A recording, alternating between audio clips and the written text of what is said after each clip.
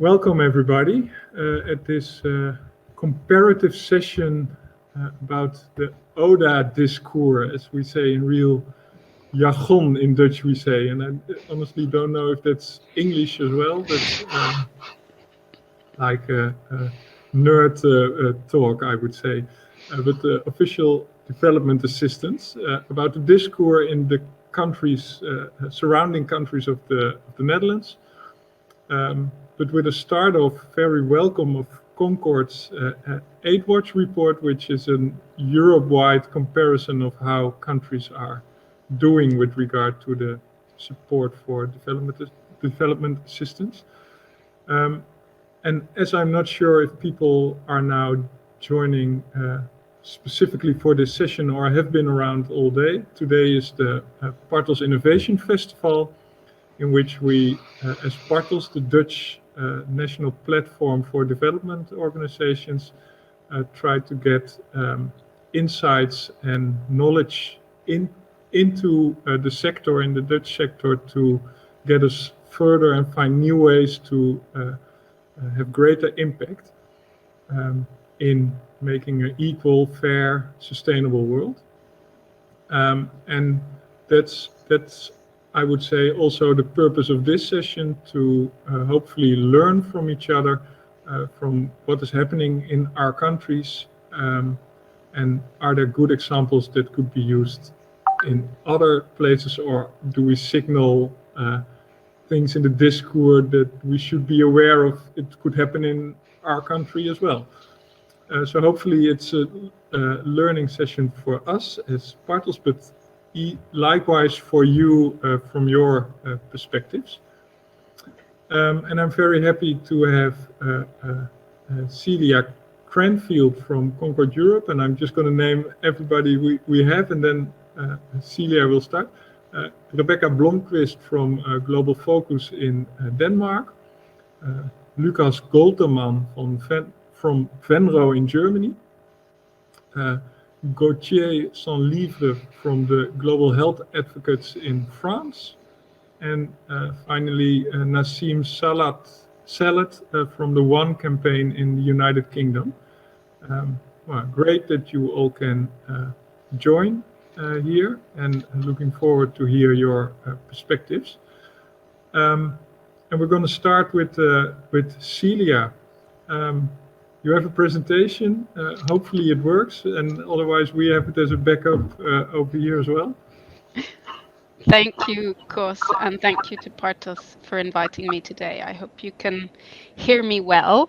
I come here this afternoon with good news and bad news when it comes to the ODA discussion. We have that jargon and much more to share when we're talking at Brussels level anyway. So let's see if I can share my screen.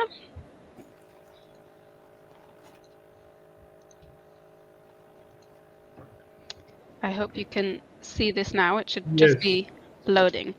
So I come from Concord Europe. We have 28 national platforms from across the EU and the UK, and 25 networks as our members. And we've been doing this annual report. This is our 17th one now. And what we aim to do with this is hold the EU and member states accountable to their commitments in terms of official development assistance. We know that official development assistance isn't everything for reaching the Sustainable Development Goals, but it's a very powerful tool for supporting and enabling governments and civil society organizations in terms of leaving no one behind. So how do we do that? We look at a few different things. We look at, is it enough? Is it effective? Is it employed correctly? And is it a quality focus? So we have our 4 E's to guide us when we're looking at ODA trends on an annual basis. And this year in the report, we take a look at the Team Europe approach. So that's definitely jargon for you. And we also take a retrospective and a sort of forward look at the EU budget, because 2020 is a transition year from one 7-year budgetary cycle at EU level to the next one. So in terms of the state of EU ODA, is it enough? Is it employed correctly? When I said I have some good news for you, that is that the overall share of GNI has gone up to 0.5% in 2020. I think in the backdrop of the departure of one EU member state and the COVID crisis, which had such an impact across EU member states and the world, I think this is a really positive signal. Another positive signal is that what we call inflated aid. So as civil society, we don't consider everything that's reported as aid really genuine. There are some things we don't think should be counted, and we look at both, and that has fallen for the fourth consecutive year. The downside of that is that we think it shouldn't be there at all. There's also been a debate this year around some new rules for recording debt relief, which we are worried are going to shift the balance back towards reporting more inflated aid because of how people use loans. So here you see the representation of what I mean by good news and bad news. We've had a sharp shift with ODA increasing as a share of GNI after having fallen for 4 or 5 consecutive years, but we're really far off meeting the 2030 targets for meeting this 0.7% commitment. We're looking at mid to late 2030s when you're looking either at genuine or inflated aid.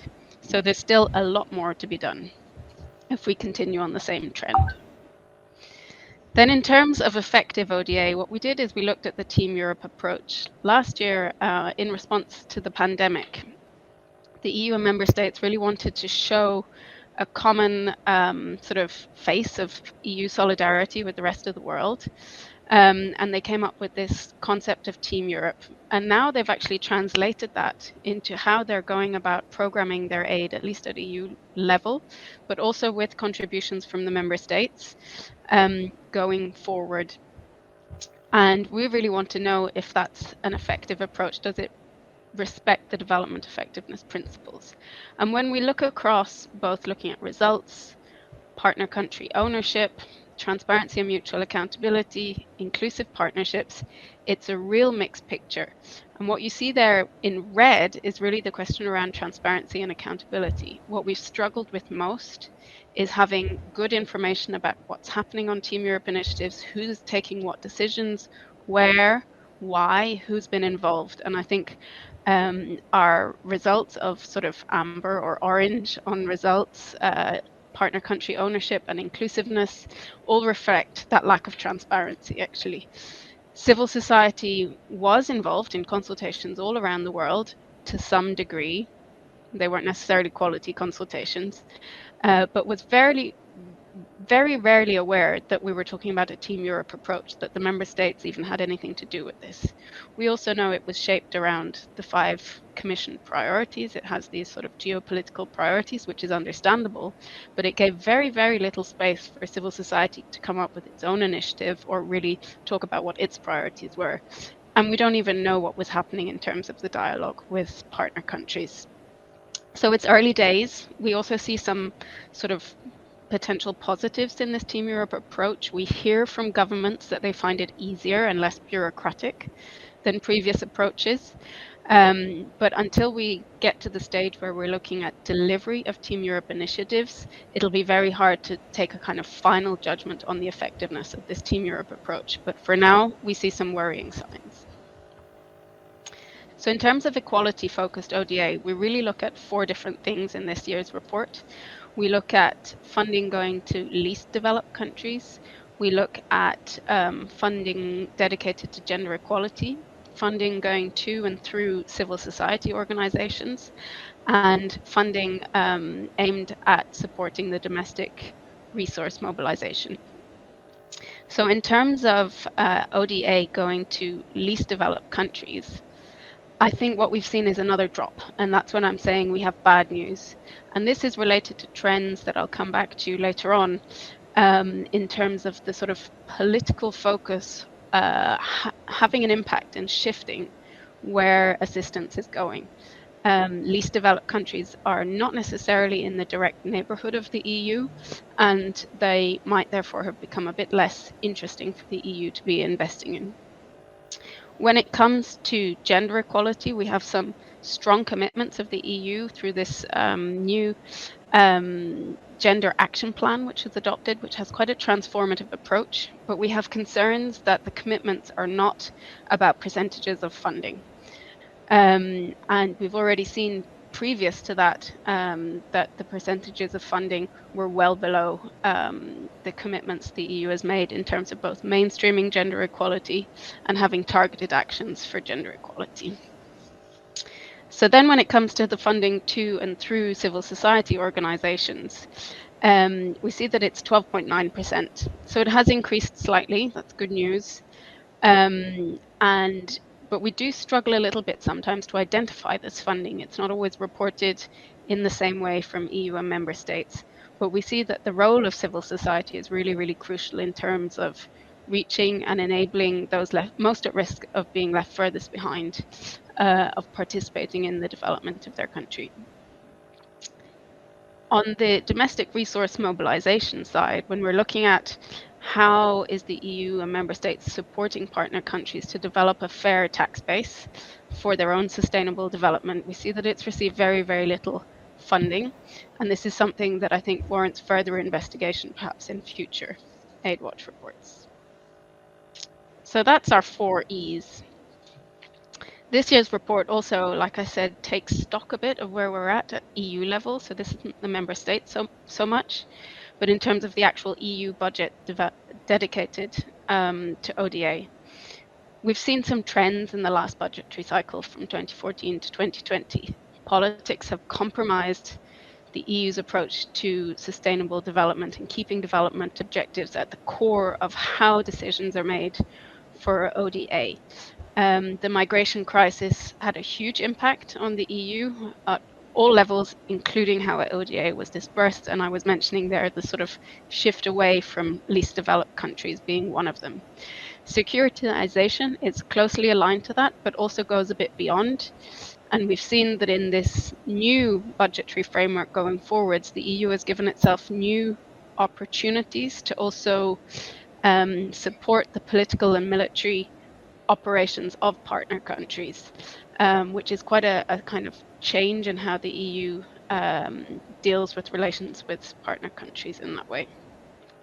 We've also seen a shift away from grants towards loans in terms of use of ODA.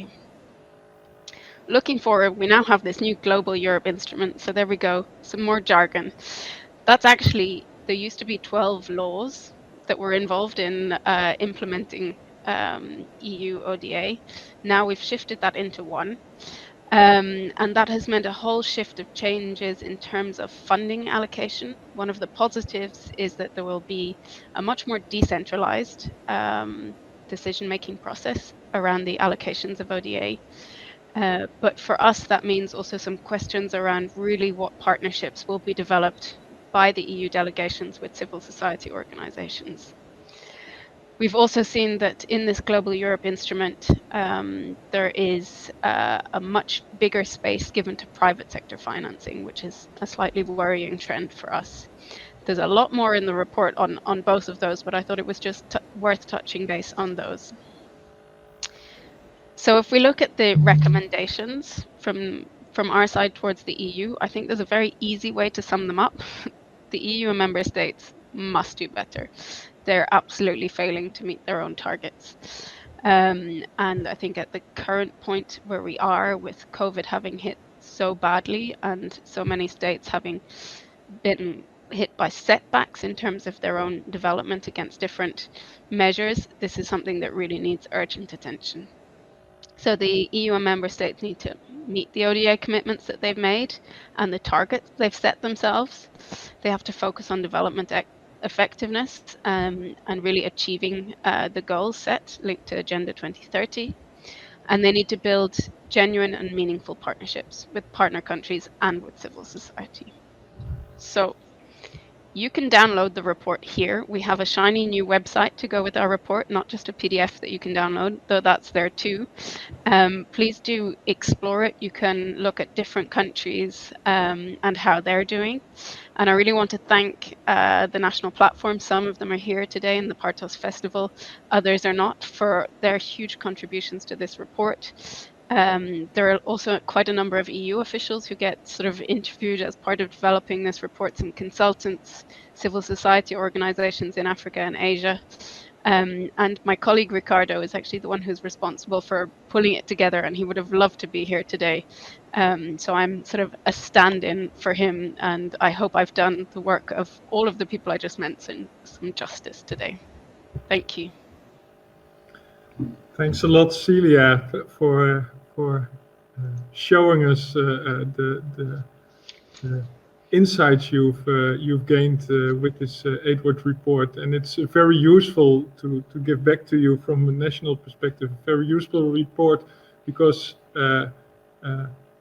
one thing, it gives every year a good overview of where your own country is going, but also the comparison with other countries is very useful in national discussions. So thank you very much for giving this overview. Thanks to you. I would like to give the floor to Rebecca from Denmark to explain us a little bit about how the development discussion is going in Copenhagen. Well, thank you Cecilia for the presentation, and thank you to Partos for inviting me to this very interesting event. I look forward to discussion and to learn from all of you. So I come from Global Focused, the Danish national platform for civil society working on development cooperation and humanitarian relief. It's been an interesting year in Danish development cooperation. We have just gotten a new development cooperation strategy this summer, and we are also negotiating the strategic partnerships between the government and civil society. So there is a lot going on, and at this moment we are also currently the parliamentarians are currently negotiated the budget for 2022. So a lot of political stuff around the ODA and development cooperation at this point in time. So I think looking a little bit back, Denmark has for many years been far north of 0.7. And then in 2015, the then government was a right-wing government decided to slash the budget from 0.85 to 0.75, and since then there has been, even though we have changed government since then, both the governments have been in agreement to keep it at 0.7. So that is sort of where we are now. There is an agreement in both the previous strategy and in this strategy to have a minimum 0.7, and I think at civil society level we of course push for that. So we know that is not a target in itself, but it is a minimum. We are still wanting to go back to 1%, and especially if we count in climate finance, we can go into that later. But just to stick to that and say that at least in this strategy, we now see that we still have, it says a minimum of 0.7, and it's been a strategy that has broad support in Parliament. We have from the supporting parties of the left wing to the social democrats in government to the moderate right-wing parties supporting this strategy, and therefore also supporting 0.7 or north of 0.7. So in that sense, we know that we will be keeping 0.7 in the upcoming years, and there also is broad parliamentarian support for that. And we do have parties that wish to go north of 0.7. The supporting parties, but also the conservatives on the right side of the spectrum, let's say, I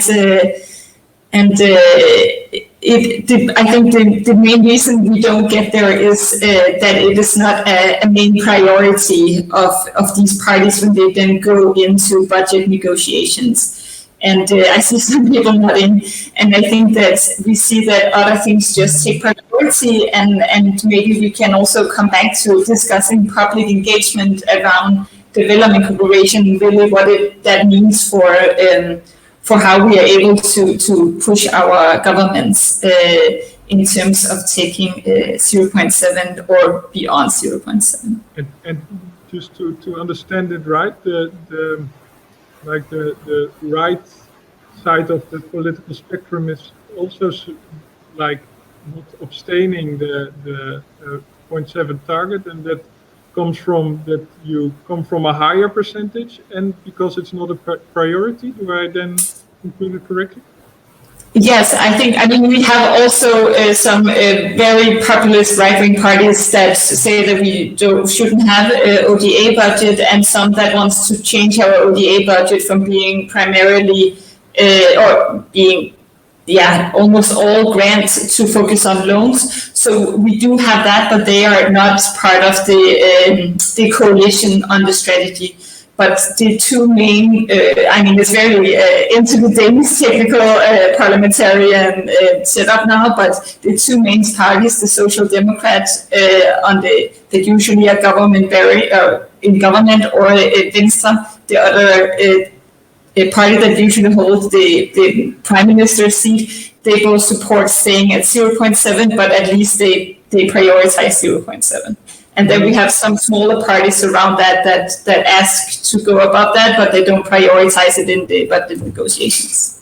And then in the last party you mentioned, let's say Germany is, I think, they're the parties we all know in the surrounding countries. What would you compare that with the CDU or with the?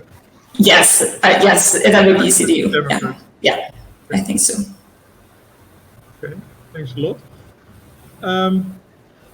Well, thanks a lot for this overview of Denmark and the Danish situation. Maybe one question I have myself: how would you say the discourse is in society? Is Danish society supportive of development aid, or is it critical with the press and the Good, a good question, and I think we talk a lot about public engagement and how we engage with our constituency, and I think we see that there is they do the statistics every year, and there has been a stable support for development cooperation and for ODA. So in that sense, it's not critical, but of course it's also something that is not often discussed in public. It's been very hard to sort of have get a broad discussion even on the new strategy we had. I mean, it's very much maybe the usual suspect that engage in the discussion around development cooperation. So I think, yes, there is a stable support. We see some news articles following or some news outlets following development corporations, but yeah, there's also maybe a lack of, or if we really, if you want to go really north of 0.7, a broader public support is probably where we need to look at. It's not enough that the development corporations of society as for it, but maybe that we see a broader national agenda on it. And it's not like from the Dutch example. There are two sides of the story. If we have like the opinion polls in the Netherlands, where if the right question is asked, there is support for development assistance, but at the same time, if people are asked what public spending could we cut, and what public spending should be increased, then the list of the budgets that could be cut, then development aid is always on high on that list. If not the first one, then the second or the third. Would the same go for Denmark? I haven't seen such a statistic in Denmark actually, so I can't answer to that. But I think Denmark has for so long also been, maybe have a sort of understanding of 0.7, and it has been, yes, I talked about, back in the days it was a high agenda issue in terms of our foreign policy and what we really led on when we went out in the world, and that has sort of changed. So I think, maybe the discourse around aid has also, or ODA budget as such, has also fallen with that placement of development cooperation within foreign affairs and such. Okay. Thanks a lot. And with regard to what you as a national platform are doing, is it, you mentioned already, it's the to get the budget higher than the 0.7. Is it, do you find easy entrance, or is it a hard struggle? How would you describe it?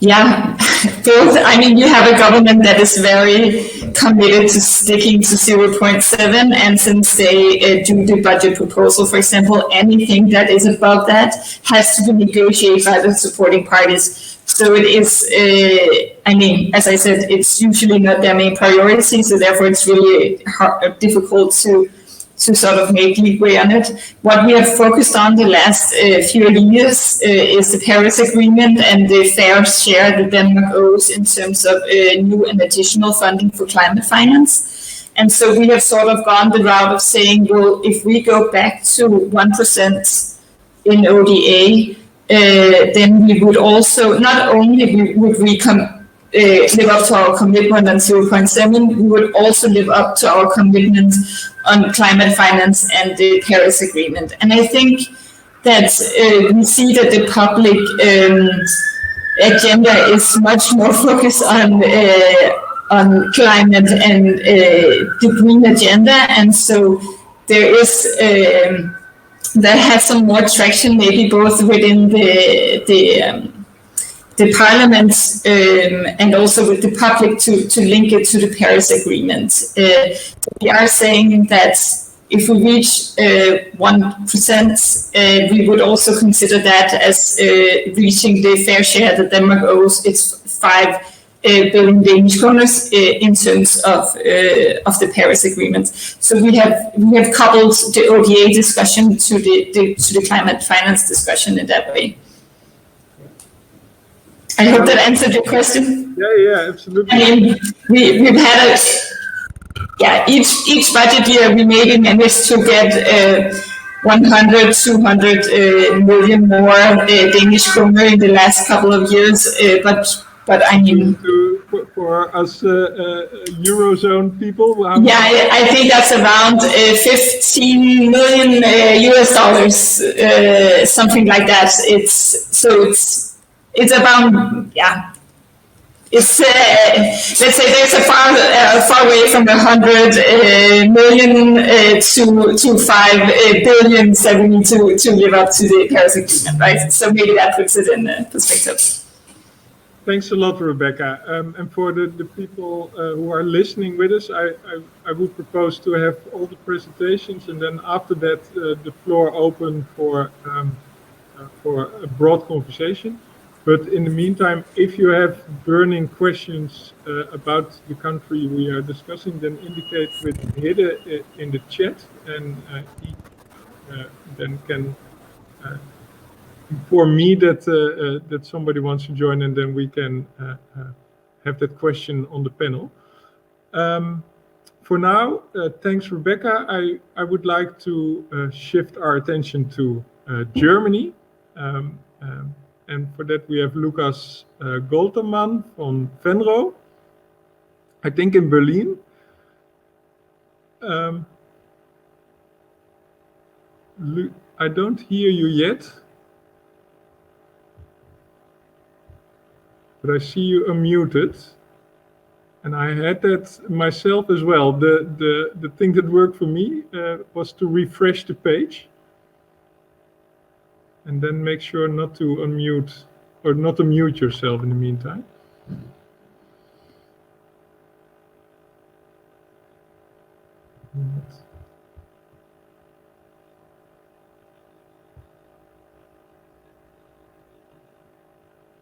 Hopefully he re-enters any minute. There he is. Hello. Yeah, now it's working. Great. You can hear me now. Okay, great. Okay, thank you for having me. I hope my connection stays stable. I have a presentation for you, which I will share. I will try to share with you in a minute. Right. Can you see it? Not yet. No, I have to. Okay, I have to select it here.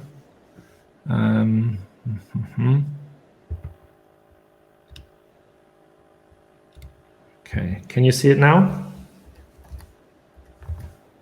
Not yet.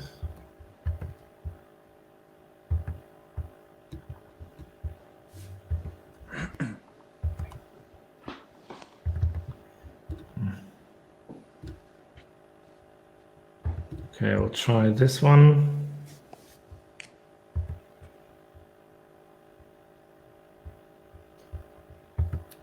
Can you see something? No, not yet. Shall I try to share it? Yeah, you can try to do it. Yeah. Here it is.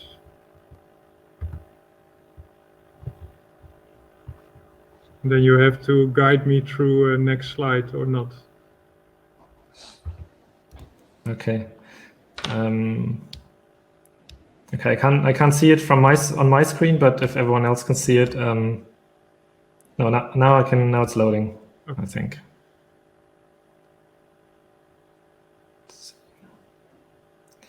Yeah. Okay. Thank you, Kos. Okay. Yeah, just a sort of a brief overview of the status quo and sort of where I'm coming from, my perspective on this.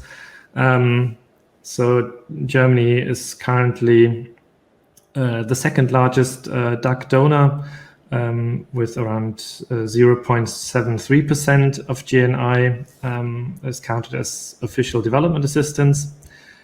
And the ODA volume has increased quite significantly over the past decade.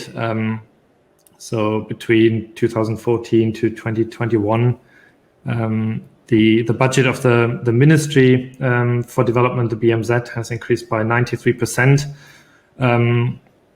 And the BMZ accounts for roughly 50% of German ODA volume. So this has driven up our ODA as a percent of GNI quite a lot.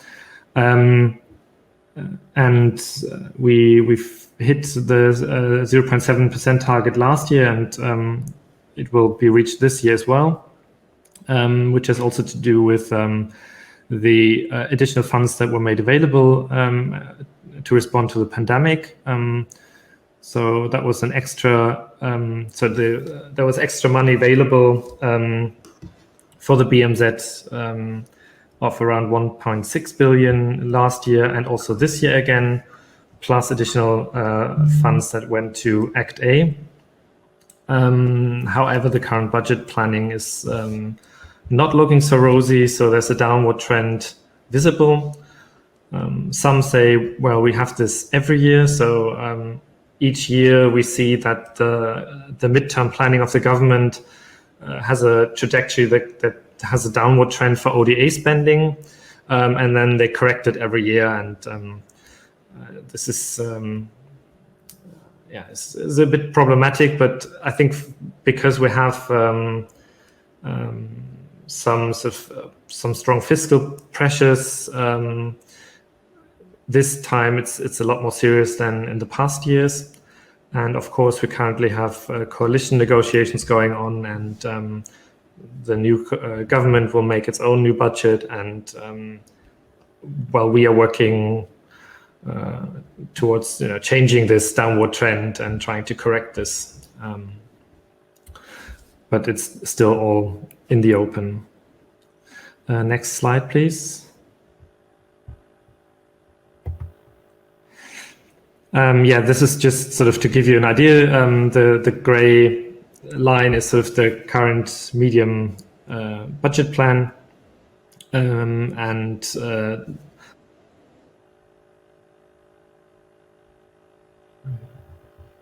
we lost Lucas?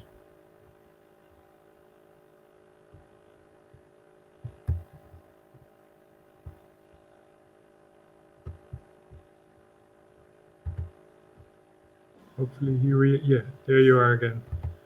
yeah, sorry about that. Yeah, I can go to the next slide.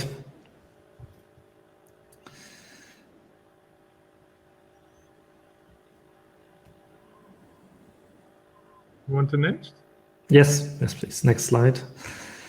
So some positive aspects of the 0.7% target from my perspective is that it's very useful to compare different donors, as is done in the Aid Watch report, which Celia has just presented. And of course, it has also been a very important part of our advocacy work in the past decade. It still features in many of our publications. Don't worry about the graphic here. It's very small and in German, but I just want to give you sort of a brief introduction to what we did in the past years. Is we looked at, what we try to calculate how much funds do we need to reach 0.7, which is the orange part, and what is the government actually spending or planning to spend, and then we had this ODA or 0.7% gap, which you could calculate and put a number on it, and then say we need this much money next year, or sum it up for the entire span of the legislative period, and say we need this and this amount of money in addition to what you're planning now. So this has worked quite well. Politicians love numbers, and it's very easy to communicate, and in that sense, 0.7 was a little bit like a roof under which every other asks that we had could fit under. Now, if you go to the next slide, I will highlight a couple of problematic aspects that, of course, are also there with regards to this target. First of all, to all of us, it's clear that it's primarily an accounting exercise with frequent rule changes, which can be very frustrating. For us, this was mainly the part in 2016 when Germany changed the calculation of in-donor refugee costs.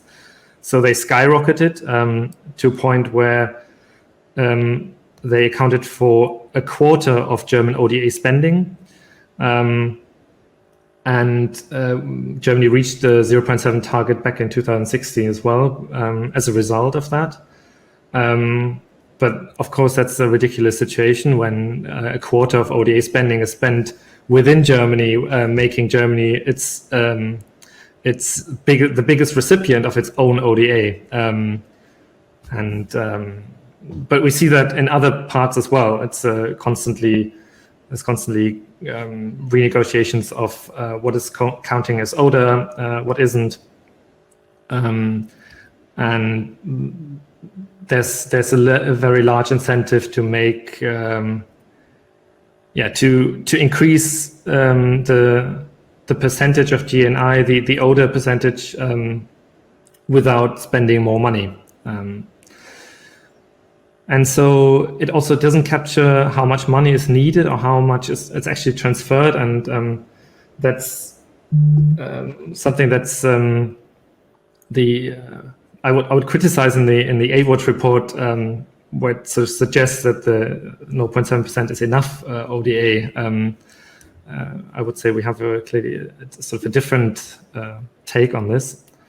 And as I mentioned, the things that we think should not be part of ODA is growing. We have the student costs, that's the cost for people from the so-called developing countries studying in Germany, which is counted, the in-donor refugee costs. Now we have the leftover COVID vaccination doses. Then we have climate finance, as Rebecca mentioned, that is a huge chunk, which we think should be new and additional. And for clarity, we discussed this on forehand. In Germany, the ODA is calculated afterwards, about everything that can be attributed to ODA, and then we see then you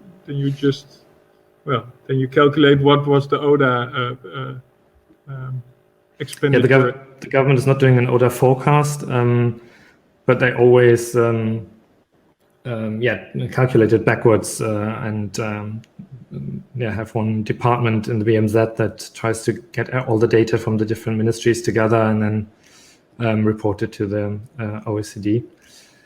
And also, finally, a point that I'm also under the impression that sort of the focus on the quantity of spending can also divert attention from other important aspects around inequality and unsustainability. So that sometimes, it can also appear as an easy fix. If we talk about 0.7% a lot in our advocacy work, and we finally get government to spend a little bit more on ODA, it can sometimes be seen as a sort of easy getaway for the government to, spend a little bit more money, but not tackle other things like supply chains or unfair trade agreements, tax avoidance, and so on. This is something that we are currently still in the process of working out, how to balance these things. And how would you say the discourse is? Is it like the Greens easy to enter and to get your message through, and then the CDU-CSU very difficult, or is it more complex than that? Well, the Conservatives and also the Liberal Democrats, which will also be in a future government coalition. The Liberals would definitely. The CDU, I don't think so that they will be part of the next government, but who knows? They're more fiscally conservative. So, of course, they have a very strong lobby within their parties to bring government spending down, which you don't see as strongly on the left-hand side of the political spectrum with the Social Democrats or the Greens. But overall, all of the main parties have some sort of commitment to ODA and the 0.7% target. And I would say that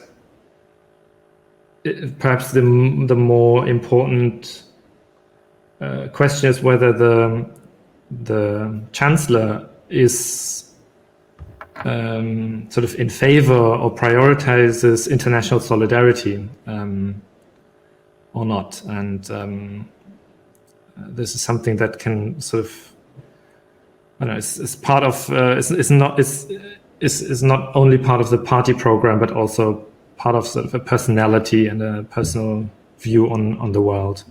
So that's even more dominant than a party program or the coalition program. Yeah, I would think so, especially if you look at the last few years under Angela Merkel as Chancellor.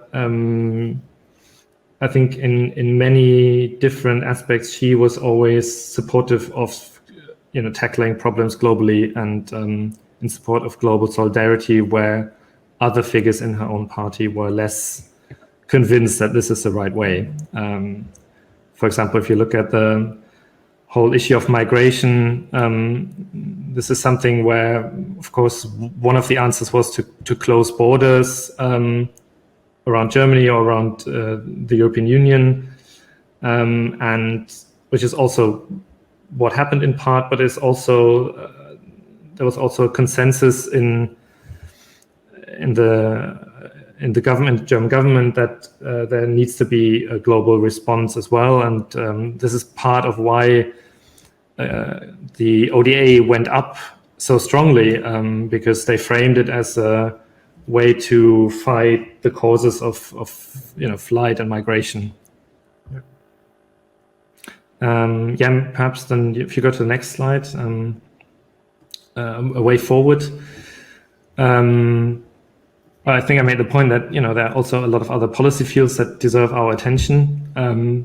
But because we want to talk about ODA spending here, I want to say a few words on that as well. So currently, because we are already at 0.7, we look at more policy fields sort of where we have targets or financing needs that we can identify as civil society below that target. So there's question around eliminating hunger. It's a G7 commitment made at the last G7 summit in Germany, where they said that we should eradicate hunger for 500 million people. That's by 2030. That's below what the SDGs want, but it's still quite an ambitious goal. And there's a study saying the G7 they need to double their expenditure in this field to achieve this goal. And we also see that Germany is not spending enough on the group of least developed countries. It currently stands at 0.11, I think. And I mean, officially, the official aim is between 0.15 and 0.2, where civil society thinks it should be the more ambitious goal of 0.2. We also think climate finance should be double of what it is now to reach 8 billion by 2025. And there are a few other policy fields which I haven't listed here. And if you add this up, you see that 0.7 should be a bare minimum, and that we need more efforts to finance the SDG implementation, the global vaccination effort that is currently going on, and also, of course, adaptation and mitigation of climate change. So we're definitely in a position where we need to look, what's beyond 0.7 and see that it inadequately captures what is needed or how much is sufficient to tackle current problems. Thank you. Thank you, Lucas, for this insight in the German Oda discours. We will continue with one of the other big European countries, where, if I'm rightly informed, there are quite some success stories to share. Gauthier Saint-Livre. Yes. Hello, everybody. Yes, do you hear me? Very well. You're from the Global Health Advocates and an expert on ODA, Exactly. if I'm correctly informed. Thanks for the introduction, Gus. Thanks for the invitation. Hello, everybody. My name is Gauthier, and I'm an advocacy manager for a Global Health Advocate, which is a French NGO with mission is to carry out political advocacy in France and the EU institution to ensure policies and resources are effectively addressing health inequalities. But for now and for today and for Partos Festival, I'm here to speak as the leader of the ODA and Finance for Development Commission of Coordination Sud. And Coordination Sud is the French national platform of NGOs. So, and there is approximately something like a dozen of NGOs specializing on advocacy on ODA in this commission. So just to mention it, we have Oxfam, we have Action Against Hunger, we have One Campaign, we have AIDS. Basically the most common NGOs in France that are doing advocacy. So concerning France, we have good news. We have also a lot of questions on ODA. The work we've done the previous year, it was on mainly 6 activities or advocacy theme.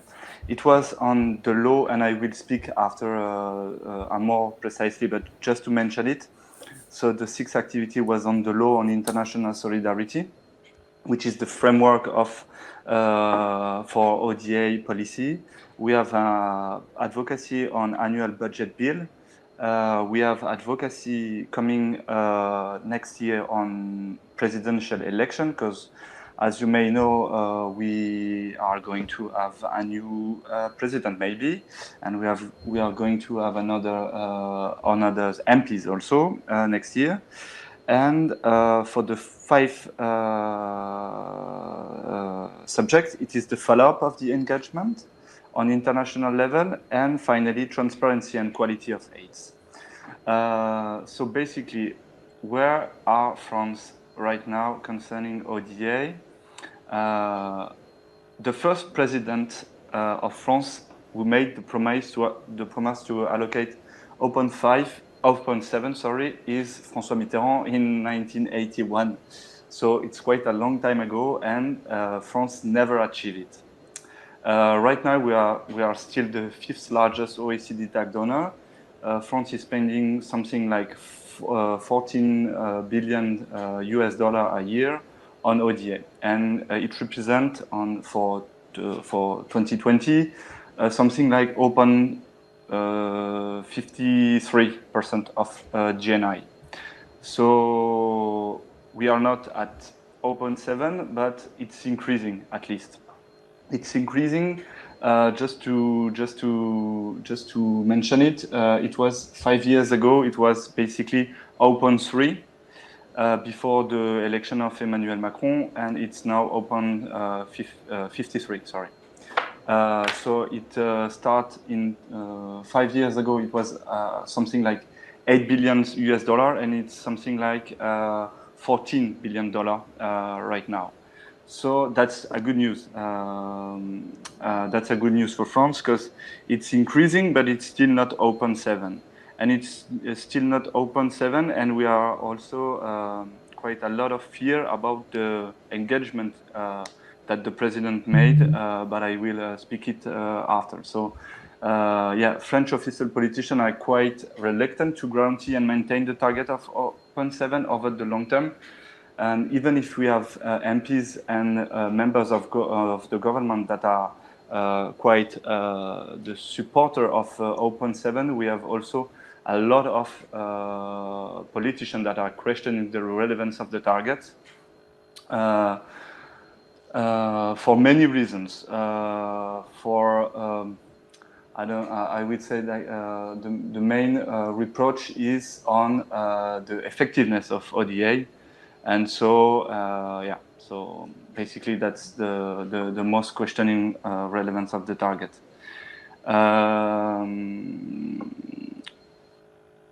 So just to maybe just screen the few things we won on advocacy. Before 2014, the French public policy framework on international cooperation was unclear. The French presidential system, partly explained this because the foreign relations of France are the reserve domain of the president. So basically what's going on international level is only on presidential level. So despite 6 or 7 years ago, France elaborated a legal framework to implement its international development policy, and it was the first time. The law created an interdepartmental committee to set new direction for French development policy. And also we had a National Council for Development and Solidarity composed by civil society organizations. And so on this law, we tried to also include the 0.7. We failed 7 years ago, but as you may know, we have another law. This law was revised after the election of President Macron, and we achieved to put it the presidential target of achieving 0.75 at the end of his mandature, which is basically is going to be done. And we also try. Sorry, to understand correctly, he will increase the budget to 0.75. 75. No, not 75. 55. Oh, sorry. 55. Sorry. Yeah, during the presidential campaign, Emmanuel Macron made the promise to achieve 0.55 to ODA. Yeah, and it was due to two main things. The first one I would mention is before the election, so civil society has been very mobilized through general public campaign. We had the wine campaign, of course, but we have also Printemps Solidaire, another public and general public campaign. And the second reason is linked to Macron's internationally oriented posture also. And he promised to have open 55. So basically, France will be at open 55 next year, to be quite sure. But in the new law, in the revision of the new law after the election of Macron, we also try to put on the revised framework the open 5 in 2025 or before 2025. So now the advocacy is to be sure that it's going to be done, at least, or it's for us it's a minimum. Then the second thing I wanted to share with you is, and it's quite right now, because every year we have the budget session, we have the budget bill, the annual budget bill, and this year the ODA budget bill, or the budget bill which includes ODA, is going to increase also from something like 1 billion. But there is, however, a lack of transparency. We don't know exactly for what is going to be spent, and we have a lot of fears about some presidential engagement or French engagement that is going mostly on Act A, and on the Global Fund. There is still a gap between what the French president promise and what the reality is on the budget law. The second main issue is on transparency of ODA. Currently, data on French ODA is very difficult to find, often contradictory between the Ministry of Foreign Affairs and the OECD. And so, there is a lot of databases that is currently existing, but there is not one very specific and very clear and very understandable. So that's the second main issue we are fighting for. And there is also a question for France about loans and grants, because you may know the main institutions that provide ODA in France is a development bank, and so it's mostly loans that France is providing. So And would you expect, you referred earlier to the presidential elections that are coming, would you expect development to be an issue in those elections, in the campaign? Most of the time it's not, because it's more focused on national level. 5 years ago it was a little bit more because of international speeches of Emmanuel Macron and the way he wanted to be turning to the international level, but we don't know yet. I'm not very optimistic on that point for now, because if you look at the actuality in France or the sondage in France, it's going to be very on the extreme right wing that the discourse is going to be. So I hope it's going to change since for the next year. But I'm not quite optimistic on that point. We are going to make some advocacy stuff and campaigns, but most of the time it is after the election that we have a very how do you say that? But advocacy meetings, but not really before, to be honest. Well, let's hope you'll find a way to make it a part of the debate, because I think it's something we struggle with in every country to get it high on the political agenda. So maybe it's the last point I wanted to maybe share with you is maybe the lack of information of French people on issues on ODA, or maybe also on SDGs. So if you ask people in the street if they know ODA or if they know SDGs goals and stuff, most of the time you will have the people will not have any information, and that's a bit of a problem for us also and for our advocacy, because it's hard to reach the presidential level. on this issue, and mostly it's because of that also. We also wanted to strengthen the qualitative targets of ODAs in France, and yeah.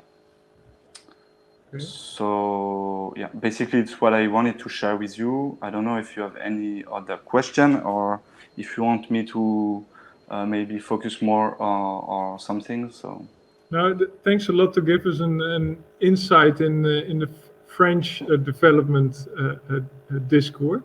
I would propose to now have the discussion about the United Kingdom, and then after that the broader discussion where maybe also questions about countries can be posed. Thanks a lot, Gauthier. Nassim, welcome. How are things going in post-Brexit Britain? First of all, can you hear me? Yes. Yeah. Loud Great. and Thank clear. you. Not good. So we've actually cut our Oda to GNI ratio from 0.7 to 0.5. Most of you know that the UK is the third largest OECD DAP donor. We've hit 0.7 since about 2013. It was enshrined in law in 2015. But most recently, our government has made a decision to go down from 0.7 to 0.5. So what's been happening in the UK to get to this decision? So in 2019, we had a general election. For the first time in a very long time, we had a majority government in Parliament.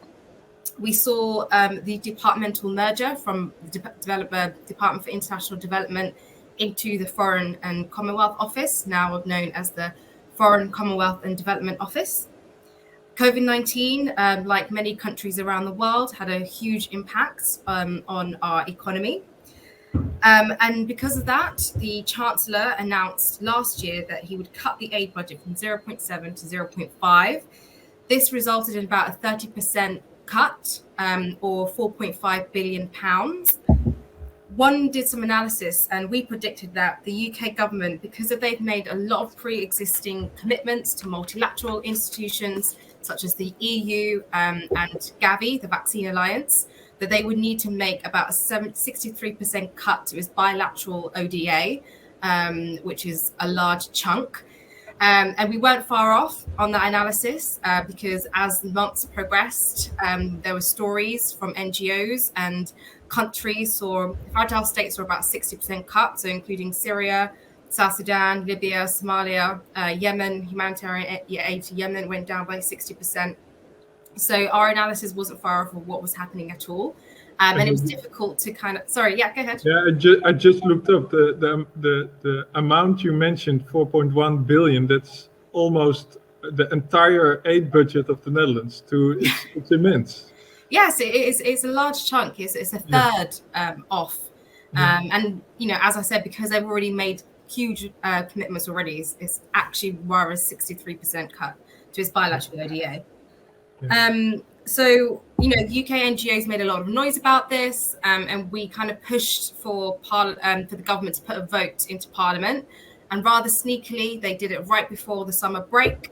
And Parliament actually voted in favour of cutting the aid budget temporarily. They put very harsh fiscal tests to bring back 0.7. One was if the deficit fell below zero, and if debt was a share of GDP falling as well. Those are very harsh tests. The UK has only met those tests 5 times since 1990. So we're not very optimistic that we're going to get 0.7 back anytime soon. Just to give you a bit of political context on what's been happening in the UK as well. We've got a new foreign secretary. She's only been in post for a couple of weeks. So we've had 2 foreign secretaries in the space of 2 years.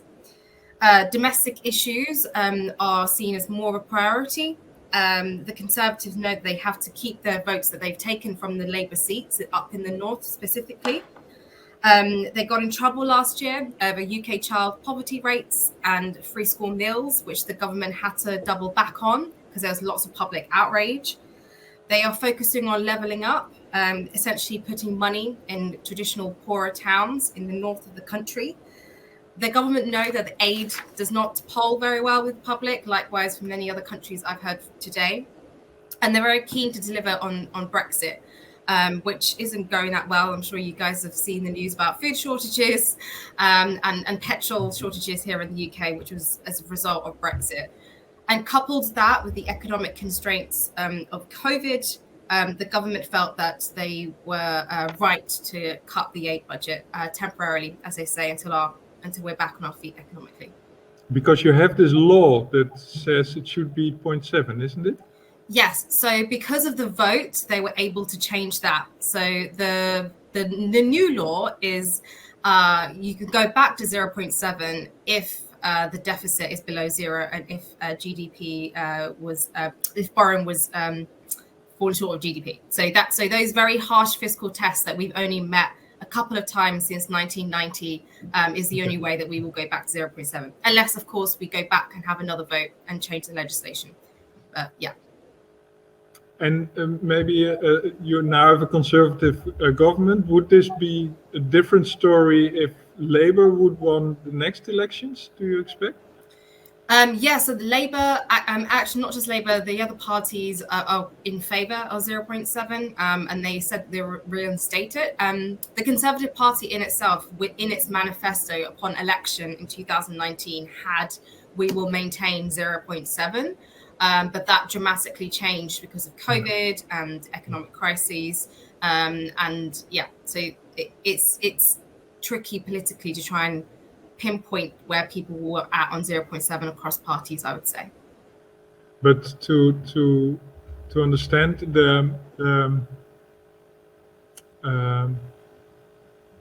being from the other side of the channel, I would say the circumstances in Britain are quite severe compared to the rest of Europe, I think. And in that regard, the bit of pessimistic story that you propose is not, well, should be something to be aware of and to be wary of, but not really risking on this side of the channel, I'm hoping, for the moment. I hope so too for you. Thank you. Thanks a lot. I've prepared a short overview of the Dutch discours as well, and I would like to share it with you, and then after that start the discussion, just to lead you through what how things in the Netherlands are going. And I'm trying to go to share my screen. This one. Now you can see it. The Netherlands has been one of the countries historically meeting the 0.7%, and this was the case from the 1970s until almost 10 years ago, and since then there has been a budget cut. And in this graph you can see what has happened since. The red line is the 0.7 target, and the blue bars are what is actually being spent. And this is from this year and the projections to the future. And as I pointed out already in a question earlier to Lucas, the calculation in the Netherlands is somewhat different than in Germany, at least. While here you can see the percentages that are taking place in the Netherlands. 0.55 now in 2021, and it will drop to 0.52 in 2025. But what I would like you to see in this big graph is the way the development aid is calculated in the Netherlands. And this is the big table in the yearly budget where it's all explained.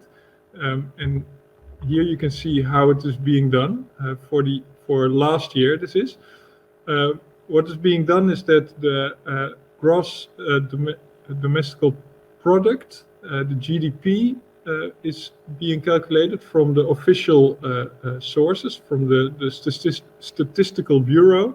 From that, the 0.7 is being calculated. And what is happening then, and that is what you see in the table, is that there are structural budget cuts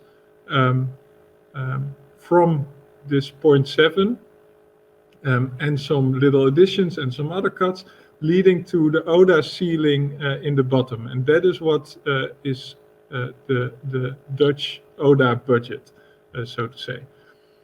And the thing we are struggling with in the Netherlands is that we have this 1.4 billion budget cut, structural budget cut on ODA. And this is this consists of a budget cut of 1 billion that was a political decision, plus a fictional budget cut, so to say, based on the recalculation of GDP based on Eurostat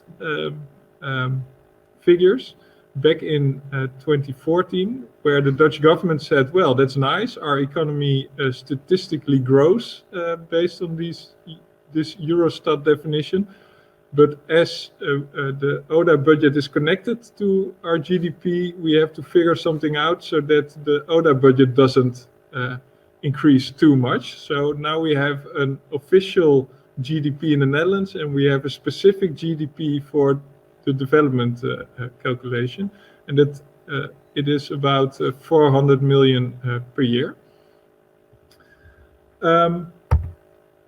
About the discours in the Netherlands, the public discourse, as I explained earlier, can be quite skeptical sometimes, but at the same time supportive, as there's quite a big support in society for international solidarity, and it depends a bit on how it's framed. But what we are quite successful in, I would say, is to get political parties in election time to speak out in favor of development aid. And this table gives the overview, and after that I will show you the previous table. These are the main political parties in the Netherlands, and as you can see, there are quite many, and I'll show you afterwards, these are not even all political parties in the Netherlands. We have now 19 political parties in parliament, and it's a parliament of 150 people. But as you can see here, we have 3 political parties that are really skeptical, and then a big majority of parties that are either neutral or positive, constructive about development.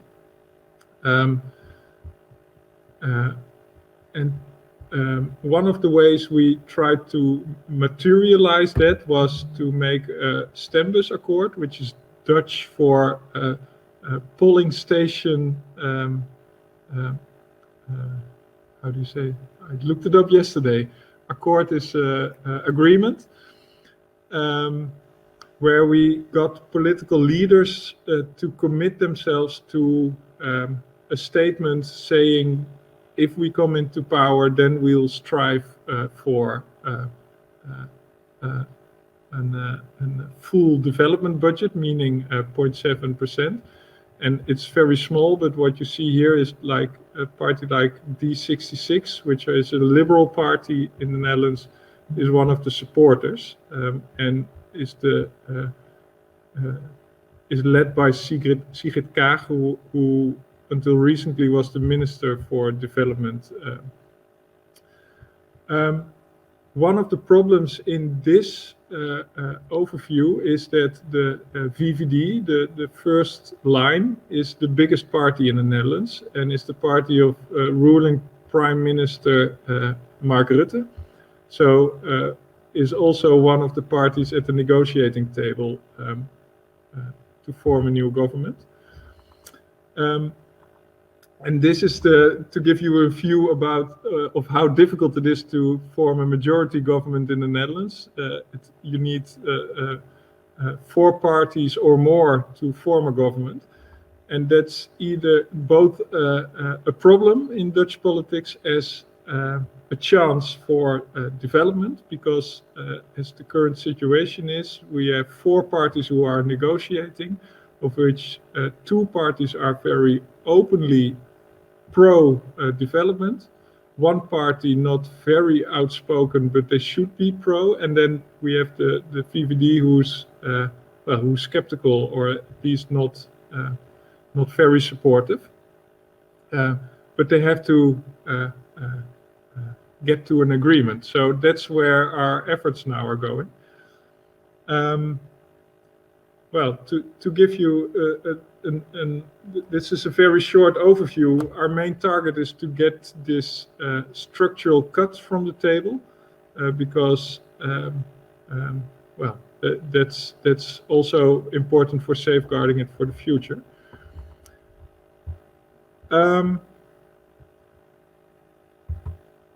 I'll stop the sharing. And I would like to open the floor for questions, either from you as panelists or from people from the audience.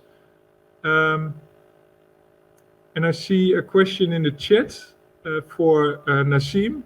Prime Ministers May and Cameron, both Conservatives, have been big defenders of the 0.7. What can we learn from them to influence our Conservative parties? Yeah, thank you for that question. It's quite interesting actually as well. Before Boris cut the budget, like I said, it was in the Conservative manifesto.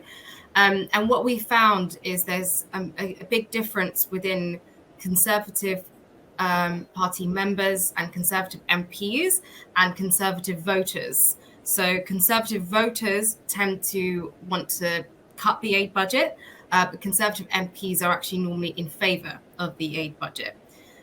So yeah, I think what we normally have found is to demonstrate the effectiveness of aid. The UK AIDS budget is the most scrutinised of all the budgets in the UK at all. We've got so many checks and balances which help us demonstrate its effectiveness. Unfortunately, this whole year has been put aside because of the economic constraints, and that's made it difficult to show that. But yeah, I think that's probably the best way that you can do it. If you can demonstrate that aid is effective, Conservatives like to see value for money, and that is going to the taxpayer. So that's what I would advise is the best way to do it. Thank you.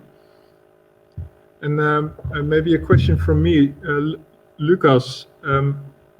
Would you think that the way like that D66, which is part of the Renew movement in Europe, they are really now the champions in the Netherlands, both on the SDGs and one of the champions on the SDGs and the 0.7 budget. Would a push from D66 in Renew Europe, or in another way to, for example, the FDP in Germany, would that help them to convince them to become champions of the SDGs or the 0.7 as well?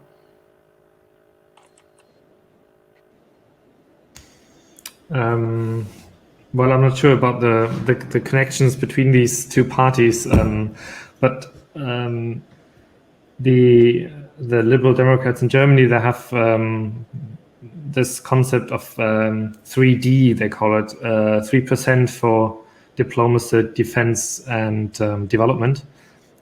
So they have an entirely different way to calculate or to state what is needed for development. So, of course, you can kind of see where this is going, with the 2% NATO commitment. Germany is, I think, at 1.5% roundabout, but is on a path to increasing. Is one of the few budgets that is currently scheduled to increase next year. And then diplomacy plus development is 1%. So they sort of they signal a little bit more flexibility there in terms of where money is spent, perhaps also depending on the coalition partner. But and diplomacy is expensive, so that's a risk for development as well. Yeah, well, diplomacy is certainly well, not cheaper, but there's less money is spent on diplomacy than on development, and I think the big question for me is climate finance. I mean, I don't know where the Liberal Democrats stand on this exactly, but of course it's a big topic for the Green Party, and it should be the way I perceive international dialogues or debates around climate finance, this is going to increase rather than decrease over the next years, and because a lot of the money spent on mitigation and adaptation is counted as ODA as well. Rightly so, you could say, but the question is, is this coming at the expense of other parts of development cooperation? So is development cooperation turning into climate finance in some way? And so we have this debate around new and additional money. And I think it would be very, very helpful if we could have a push in this direction, that civil society sort of reminds leaders that this should be new and additional at every possible event, so that we sort of move beyond 0.7 in this regard. Okay. Thank you. Maybe in addition to that, I have some question or maybe remarks, and I need to leave you in 15 minutes, sorry. Concerning additional level and credit, in France we have the financial transaction tax. Yeah. It has been implemented 8 years ago, something like that, yeah. And basically, there is 30% of the revenue of this tax who is going to be spent on international solidarity, mainly on finance, on the climate finance, and mainly on health financing. And my question, which is not a question in fact, but more a remark, is that most of the time, the politicians that are going to fight against the FTT in France, saying that this FTT must be done or must be put in place at European level. So I don't know if you are also advocacy or doing some lobby on this kind of tax, financial transaction tax, sorry. So that's my first question or remarks, and if not, I'm really keen on working on that or trying to have some more allies on that. My second question is, as there is a lot of people here doing some advocacy stuff in your country, is that on ODA, I was just asking me, what's the level of the people you have on meetings? Do you have meetings with the head of government? Do you have meetings with the ministry, or do you have meetings only with the administration? The fact in France, what is very difficult and to push on ODA is that we need to convince the president, and then we need to have a strong follow-up then. And the Ministry for International Solidarity is quite a very small minister, if I can say. I mean, it's not a very famous political guy or woman, and so when it has to be cut or stuff, most of the time, this ministry, as he is weak, is going to lose the battle on the budget bill, for example. So yeah. Yeah, with regard to your last question, Gauthier, I think that's a very important and a good question, but we have very limited time here to discuss it further. So I'm also looking at Celia. Maybe would this be something we could continue in Concord, in a Concord setting? I'm happy to take the initiative for that, but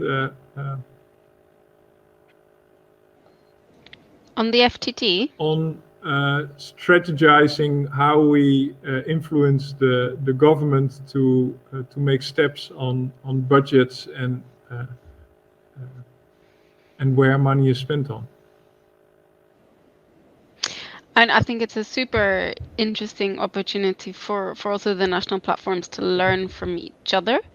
I don't know, from what I've heard today, I've heard quite differing trends and quite subtle differences in the dynamics between what's happening in the discourse on ODA in member states, particularly at the kind of highest political levels. So I think it's definitely worth people exchanging. I don't know if we would end up with a common strategy. No. Exactly. Now, I would propose to have a conversation like this, maybe something broader than now. And as said, happy to take an initiative for that. And with regard, Gauthier, to the FTT, I would say that sounds really interesting. That I know it from an earlier job that it has been a discussion, but at this moment in the Netherlands, it's not. And happy to think about that, how we could take that along.